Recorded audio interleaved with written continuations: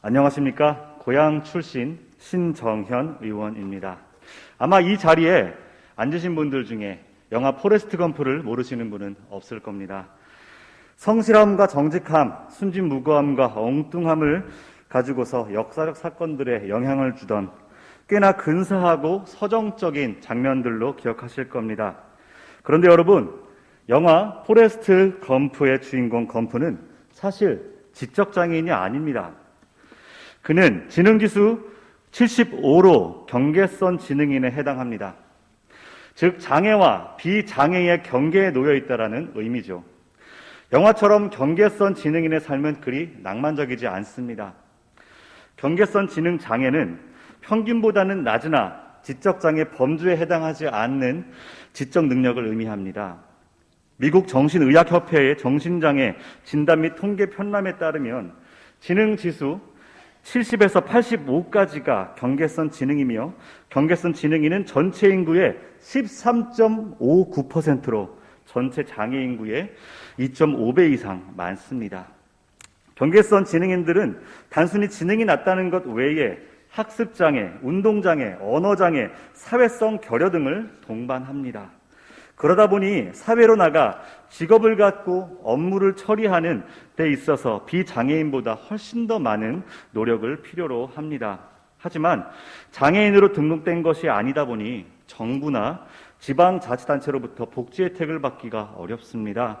경기도는 관련 통계는 물론 조례조차 없습니다. 이런 실정이다 보니 치료기관을 찾는 것은 물론 전문가를 알아보는 것도 관련된 이용 비용 모두 가족들이 부담 지어야 하는 상황입니다.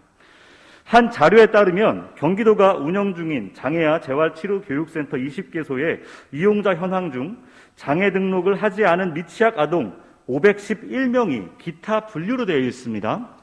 장애 등록을 하지 않았으나 장애아 지원 서비스를 이용하는 아동 중 상당수가 바로 경계선 장애인으로 추정하고 있는 것입니다. 이 수치는 지적장애 300명, 자폐성 장애 146명, 지체장애 5명, 언어장애 21명 등에 비해 월등히 높은 수치이며 경계선에 있는 아동들의 학습 및 재활치료의 수요가 상당하다는 것을 의미합니다.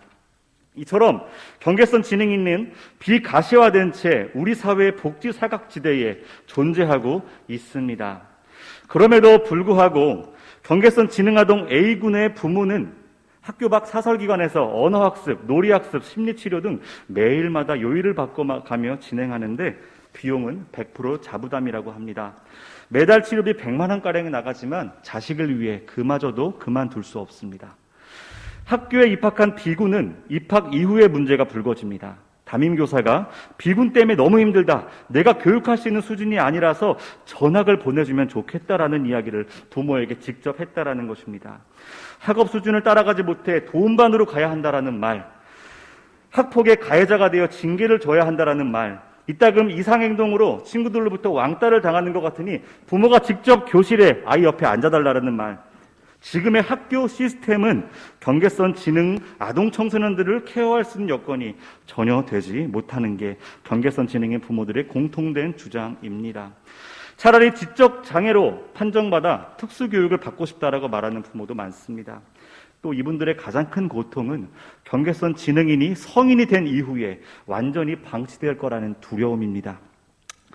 경계선 지능인들이 학창시절 학업과 대인관계에서 상처를 받고 실패를 경험하며 지적 장애 판정을 받게 되는 경우 결국 사회적 범죄의 가해자가 되는 경우가 많습니다.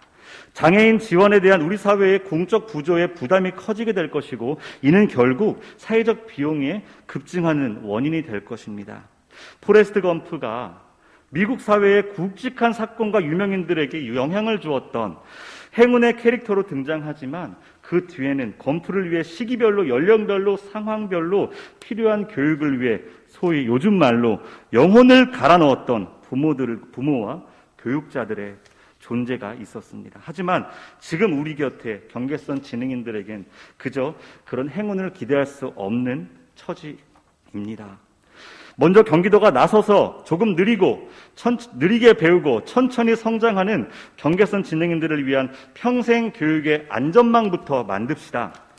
우리 사회의 울타리 밖에 방치되어 있는 경계선 지능인들의 일상생활 및 사회, 직업생활을 망라한 생애 주기별 평생교육을 체계적으로 지원해야 합니다.